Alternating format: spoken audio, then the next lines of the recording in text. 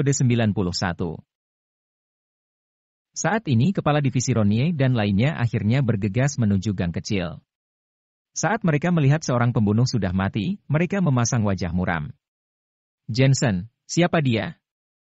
tanya kepala divisi Ronnie. "Anggota dari organisasi pembunuhan malam. Dark Knight." "Pembunuhan malam?" Dark Knight. Kepala divisi Ronnie dan lainnya sedikit terkejut.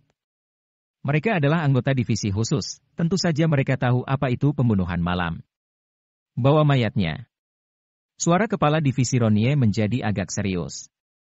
Ia berterima kasih lagi kepada Jensen. "Dr. Jensen, sebelumnya aku menyalahkanmu. Jika bukan karena keterampilan medismu yang hebat, kami mungkin tidak akan sampai di sini. Akan tetapi, kasus ini belum selesai. Jadi, mohon datang ke kantor polisi untuk membantu kami sebentar." Di kantor polisi, Elena menuangkan teh untuk Jensen. Dengan wajahnya yang bersalah, ia berkata, "Jensen, pembunuhnya sudah mati, jadi kamu jangan memikirkannya. Lagi pula, kamu mengejarnya sendirian. Itu terlalu berbahaya. Lain kali kamu tidak perlu melakukan hal seperti ini." Jensen merasa sedikit beruntung. Meskipun sekarang ilmu bela dirinya bagus, tapi jika orang lain menodong pistol padanya, ia masih tidak bisa menghadangnya. Namun perkataan Elena juga membuatnya marah dan berkata, "Katakan padaku, bukankah kamu juga seperti ini? Jika bukan karena aku yang menolongmu, kamu pasti sudah terbunuh. Aku hanya bertindak tanpa berpikir. Tapi, hari ini aku berterima kasih padamu. Tak disangka aku memanggilmu ke sini untuk membantu. Benar-benar berguna," kata Elena senang.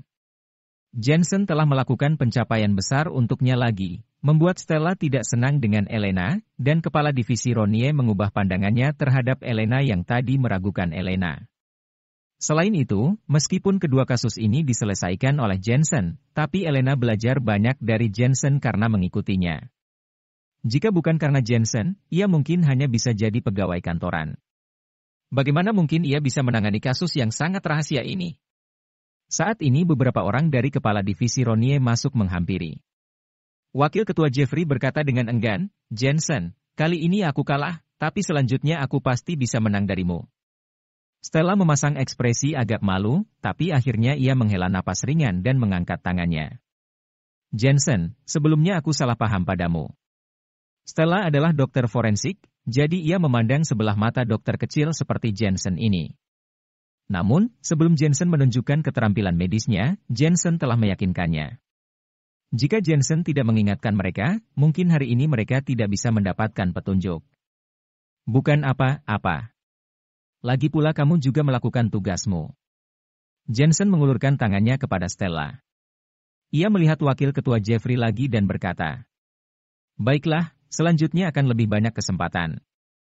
Jensen tahu kalau cara penanganan kasus dari wakil ketua Jeffrey sebenarnya luar biasa hebat. Hanya saja dengan keahlian keterampilan medis Jensen kadang bisa sangat membantu mereka. "Dr. Jensen, kantor polisi telah menetapkan kalaupun kasus pembunuhan ini adalah dari organisasi pembunuhan malam. Dark Knight."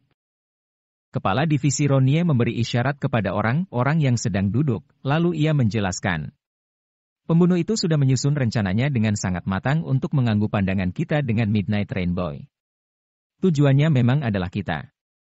Ini namanya memprovokasi otoritas Biro Kepolisian Huasia." Setelah jeda, dia melanjutkan, "Untuk alasan ini, Biro telah membentuk Satuan Tugas Khusus Penanganan Pembunuh Malam. Dark Knight." Kepala divisi Ronnie, "Aku kira tujuan Dark Knight adalah Elena, karena Elena tidak sengaja mengganggu rencana mereka terakhir kali," kata Jensen. "Ya, ada berita dari ibu kota. Namun, menurut petunjuk yang dilaporkan oleh informan, kali ini organisasi pembunuh malam Dark Knight datang ke Huasia. Selain untuk Elena, ada dua tujuan. Pertama, untuk menemukan apa yang hilang terakhir kali.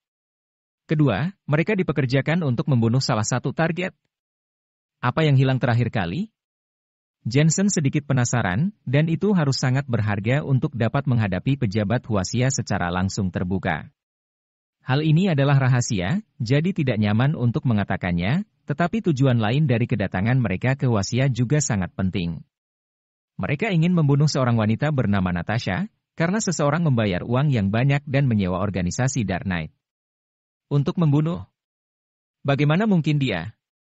Jensen terkejut. Dia adalah presiden wanita Downing International, berusia sekitar 30 tahun, dan tunangannya meninggal dalam kecelakaan 5 tahun lalu, dan dia masih belum menikah.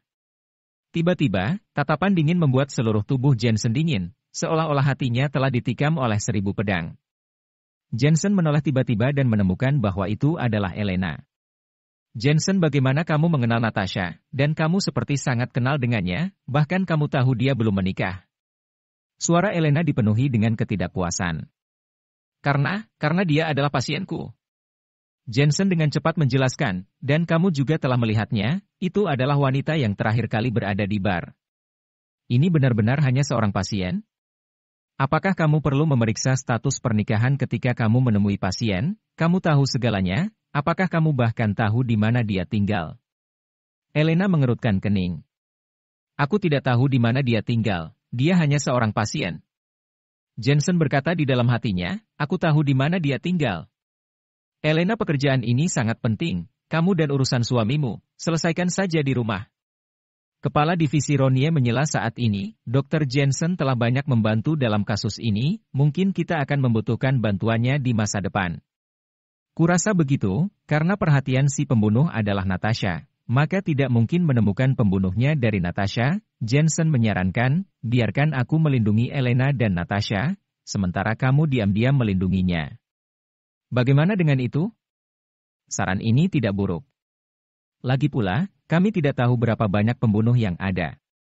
Terlebih lagi, tujuan mereka adalah Elena, jadi lebih baik bagi kami untuk menemukan pembunuhnya lebih awal. Kepala Ronnie mengangguk. Ketika Elena melihat kepala divisi Ronnie berbicara, dia tidak menghentikannya, dia hanya mengingatkan, Jensen, aku harap kamu lebih profesional, jangan lupa, kamu seorang dokter. Tentu saja, selain itu, aku sudah menikah.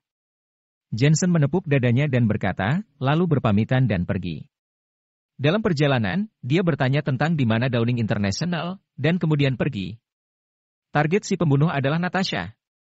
Di dalam mobil, Jensen sedikit mengernyit.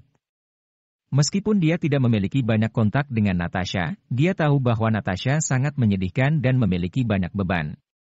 Terlebih lagi, Natasha adalah pasiennya dan Jensen akan tidak pernah memperlakukan pasiennya dengan buruk. Apalagi mengabaikannya. Selain itu, Jensen juga ingin menemukan pembunuhnya dengan cepat dan melindungi Elena. Reputasi Downing International di Asmenia tidak lemah. Alamat perusahaan ada di pusat kota. Sesaat kemudian, di bawah gedung pencakar langit yang megah, Jensen berdiri di sana, menatap gedung kantor yang paling dirindukan oleh para pekerja kerah putih Asmenia. Siapa yang menyewa pembunuh untuk membunuh Natasha?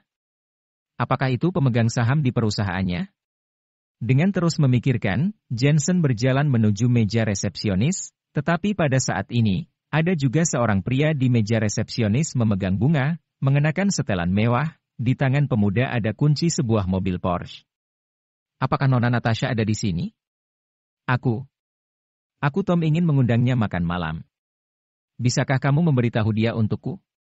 Pria muda itu lembut dan sombong, dan semua wanita yang berjalan melewati aula menatapnya dengan mata tajam, dan mata mereka penuh kekaguman. Tuan Muda Tom. Wanita berkacamata di meja resepsionis jelas terkejut.